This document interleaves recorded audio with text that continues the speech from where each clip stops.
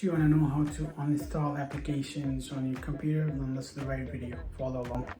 All right, today I'll show you how to uninstall apps on your computer, all right, or system, any devices, any machine that you have you want to uninstall.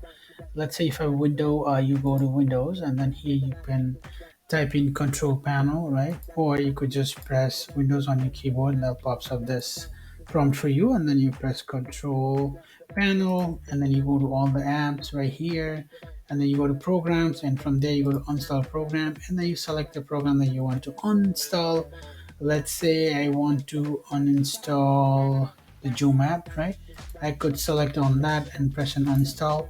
That'll give me the prompt, and then I can uninstall right there. And some of the apps you get prompts, some of you don't. I'll just cancel the installation. And then another way to uninstall is right click on the app and uninstall and change. That will do the same for you. All right, I hope this helps.